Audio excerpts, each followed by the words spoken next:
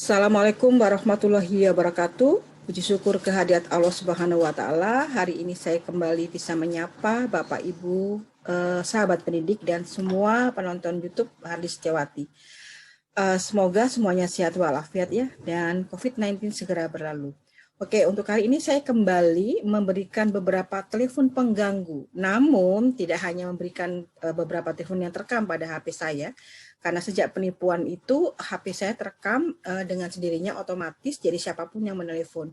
Nah, tetap saya akan share ini untuk lebih berhati-hati dan untuk informasi para marketer, telemarketing untuk sopan ya dalam berkomunikasi. Saya juga akan tidak hanya share untuk ini, materi pun saya akan kasih nanti ini beberapa 7 cara menjalankan strategi telemarketing efektif. Nah, apakah bisa? Oh, tentu saja bisa. Ya kan, semua bisa seefektif mungkin kita tahu. Tentu saja telepon minimal kita mengeluarkan pulsa, uang, ya kan, waktu ya. Jadi jujur saja telemarketing seringkali dicap sebagai kegiatan yang mengganggu oleh masyarakat. Tidak jarang di kantor kita mendengar keluhan rekan kerja tentang misalnya tawaran membuat kartu kredit, tawaran pinjaman tanpa bunga, hingga tawaran lainnya yang tidak mengenal waktu dan cenderung memaksa. Mungkin semua sudah pernah mengalaminya. Namun bagaimanapun juga seharusnya telemarketing merupakan profesi yang memiliki tupoksi, tugas pokok dan fungsi seperti itu. Pasti banyak di antara kita yang mengerti ihwal keprofesian itu. Nah, apakah mungkin seorang telemarketer dapat menjadi sosok yang lovable bagi para calon konsumen? Nah, jawabannya adalah sangat mungkin, ya kan? Nah, sekarang kita tahu untuk menjadi telemarketer yang lovable itu apa saja yang harus dilakukan? Ada 8, ada 7 deh. Nanti kita akan kupas satu persatu ya. Melakukan riset sebelum menelpon. Ini penting sekali Bapak Ibu. Kita harus meneliti dulu gitu ya. Apa sih sebenarnya tujuannya untuk menelpon itu? Jadi tidak main-main gitu ya. Nah, untuk menjadi telemarketing yang lovable tadi ya, pertama adalah memiliki alasan untuk menelpon. Tentu saja semua mempunyai alasan ya. Tentu saja seorang telemarketer harus memiliki alasan untuk menelpon calon konsumen. Tidak ada orang yang senang ujuk-ujuk gitu ya, tiba-tiba mendapat telepon yang tidak jelas. Ya, siapa yang mau? Nah, sangat penting untuk mengungkapkan alasan yang jelas dan manfaat yang akan calon konsumen dapatkan dari menerima telepon tersebut. Seorang telemarketer harus selalu berpikir bahwa informasi yang akan disampaikan sangat penting bagi mereka dan tidak akan membuang-buang waktu mereka yang berharga. Harus selalu ingat bahwa 3 prinsip dalam membeli sebuah produk adalah hemat, biaya, cepat, dan solusinya menguntungkan. Jika ingin mendapat perhatian, terutama dari para eksekutif yang super sibuk, sangat penting untuk menjadi lebih spesifik ya, terutama ketika menawarkan jasa. Nah, maka dari itu seorang telemarketer harus memiliki product knowledge yang mendalam sebelum mulai kegiatan marketing. Nah,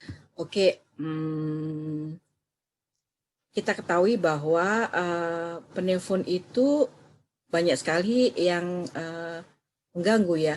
Kenapa mengganggu gitu? Niatnya apakah itu niat baik? Saya tidak tahu, tapi kalau tidak niat baik tidak demikian seharusnya ya. Calon konsumen, seorang telemarketer dapat meraih keberhasilan prospek dan mendapatkan komitmen untuk follow up penawaran sebesar 86%. Wow, kan? Nah, salah satu riset yang harus Anda lakukan adalah mencari tahu siapa yang akan Anda telepon. Dengan begitu, Anda dapat menyesuaikan kata-kata pembuka yang akan dipakai.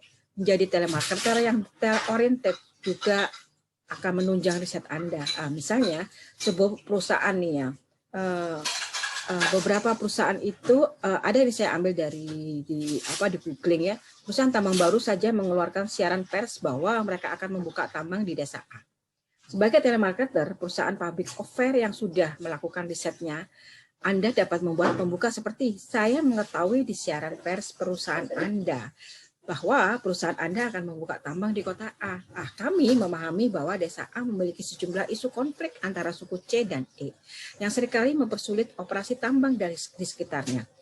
Terlebih dengan jatuhnya korban jiwa dalam jumlah yang signifikan dari kedua suku di konflik sebelumnya.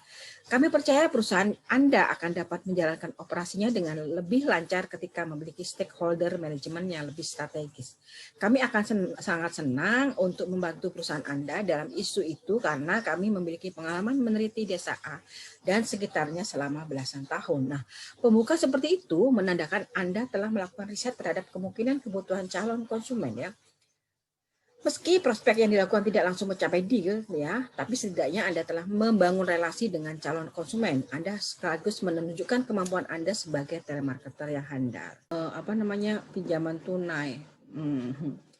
Enak aja yang nawarin ya, itulah. Nah, itu yang tadi yang pertama tujuan, yang kedua adalah melakukan riset sebelum menelepon. Nah, yang ketiga kita lihat mempertanyakan strategi menelepon. Putus, oke. Tadi semua orang harus punya strategi menelepon ya, tentu saja ya.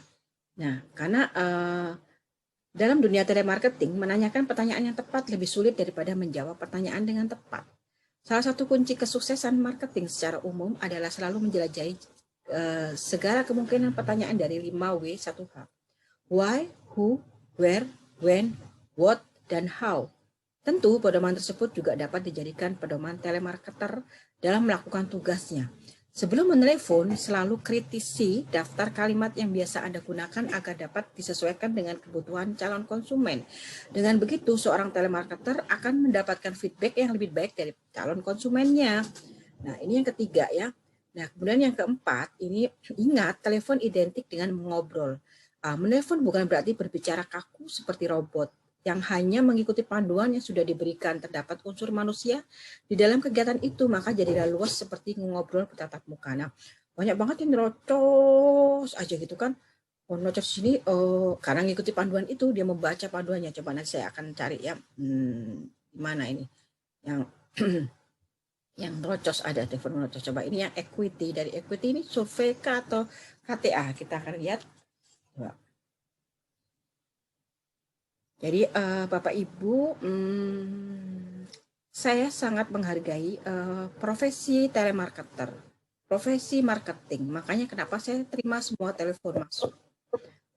Namun jika mengganggu ya, jadi tentu saja ini saya sangat hati-hati sekali. Siapa yang menelepon, siapa yang japri, banyak sekali sampai hari ini pun banyak yang iseng-iseng gitu, banyak yang suka-suka iseng gitu. Ya karena pengganggu ya.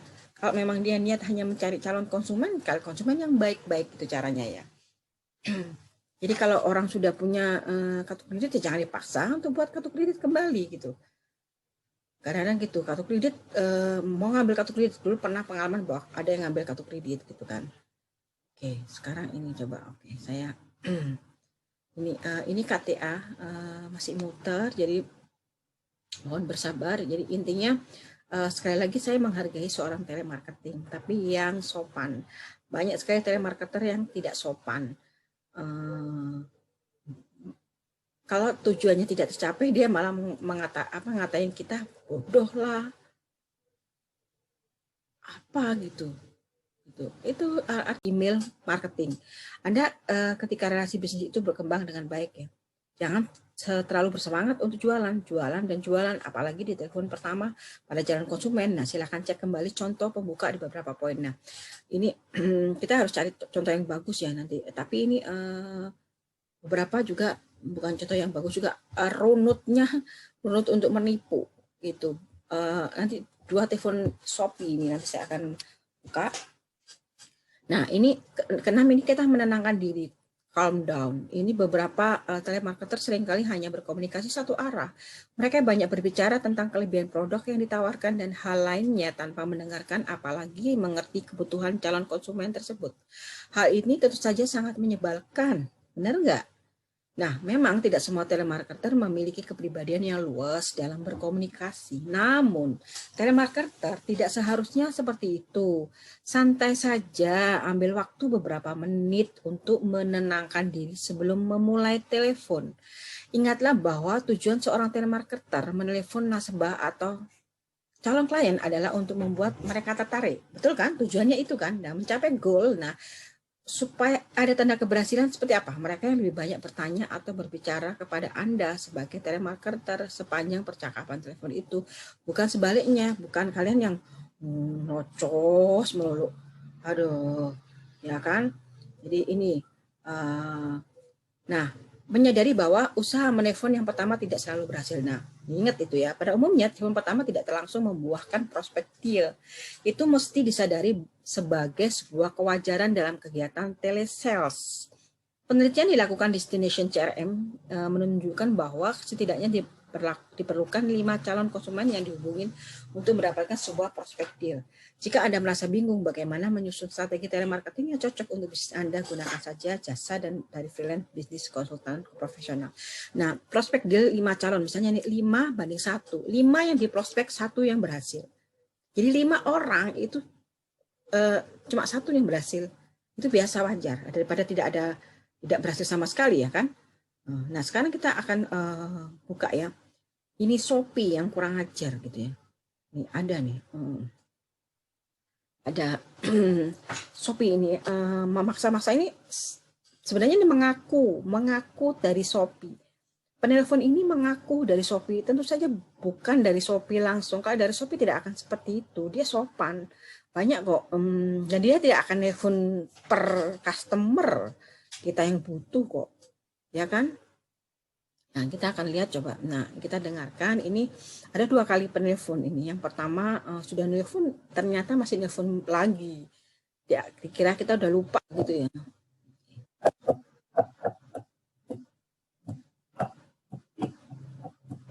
Dibuka, jadi hanya untuk nanti suatu saat saya akan buka, tapi hanya diketahui aja bahwa ingat tadi bagaimana cara menjadi telemarketing yang telemarketer lovable ya, yang disenengin seperti apa. Lah, kesimpulannya adalah bukanlah hal yang tidak mungkin untuk menjadi seorang telemarketer yang lovable. Dengan menjadi telemarketer yang lebih cerdas dan strategis, segala kemungkinan jelek itu akan dapat diminimalisasi dengan melakukan beberapa hal seperti riset mengenai calon konsumen, mengkritisi strategi telemarketing Anda, dan menjadi pribadi yang lebih tenang saat melakukan aktivitas telemarketing. Potensi prospek deal yang dapat diperbesar nantinya ya. Oke, untuk sementara ini karena tidak bisa saya buka semua rekamannya, semoga kesempatan yang akan datang saya akan membuka semua telepon-telepon yang tidak sopan ya sebagai pengganggu. Oke, terima kasih atas perhatiannya. Wassalamualaikum warahmatullahi wabarakatuh.